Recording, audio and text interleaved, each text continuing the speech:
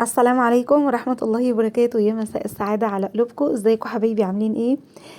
الفيديو بتاع النهاردة بقى فيديو بناء على طلبكم.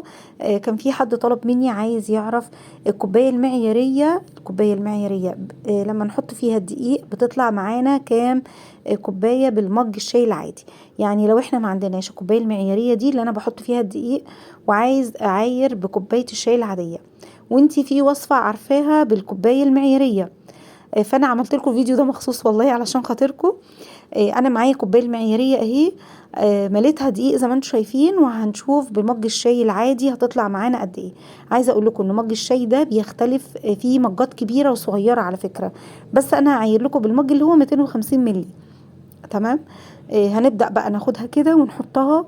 هاخدها معلقه معلقه واحطها في كوبايه الشاي. ما تنسوش تعملوا لايك للفيديو، تدعموني بكومنت حلو علشان ان شاء الله انزل لكم كل الطلبات اللي انتوا طالبينها مني ان شاء الله. بصوا هي ملت معايا اهي، دي كوبايه. فايض معايا قد ايه بقى بالظبط؟ ادي الكوبايه اهي، معايا قد ايه في الكوبايه المعياريه؟ هنشوف دلوقتي فاضل معانا قد ايه. انا جيت افضيهم في الكوبايه المعياريه، في الكوبايه الشاي العادي ما كملوش ربع كوبايه. بصوا ما كملوش معايا ربع، فانا فضيتهم في المعلقه. لو هتاخديهم بالمعلقه يبقى معلقه كبيره هرميه، معلقه كبيره هرميه او معلقتين ممسوحين. يعني بصوا المعلقه اهي فاضيه، المعلقه فاضيه خالص، ودي المعلقه التانية.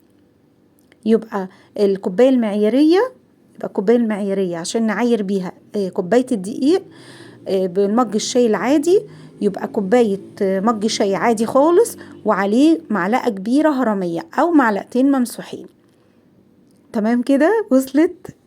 يا رب اكون قدرت افيدكم في الفيديو ده واستفدتوا منه. لو في اي حاجة عايزين تعرفوها بالمعيار قولولي ان شاء الله.